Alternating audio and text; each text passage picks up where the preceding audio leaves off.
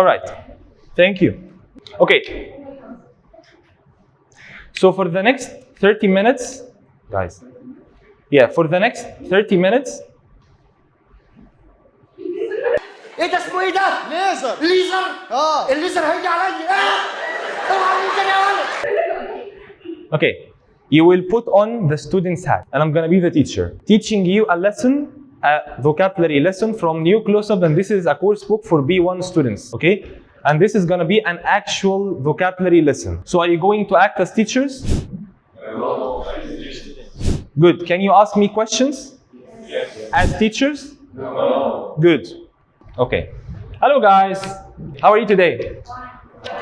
Yeah, here on the board I have a question. What was your job? What was your dream job when you were a child? Good.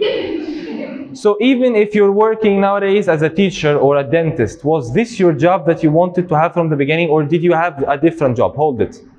And why? In groups of 3 or pairs, okay, or if we have an odd number, talk together and discuss your dream job that you had as a child. And please look for similarities. Check if the one sitting beside you has similar ideas, okay? Okay, guys, you have 5 minutes.